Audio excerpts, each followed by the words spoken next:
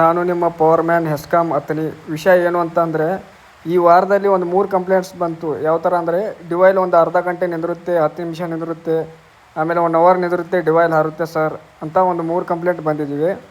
ನಾವು ಜಾಗಕ್ಕೆ ಹೋಗಿ ಚೆಕ್ ಮಾಡಿದಾಗ ನಮಗೆ ಕೆಲವೊಂದು ಪ್ರಾಬ್ಲಮ್ಸ್ ಕಂಡು ಬಂದವು.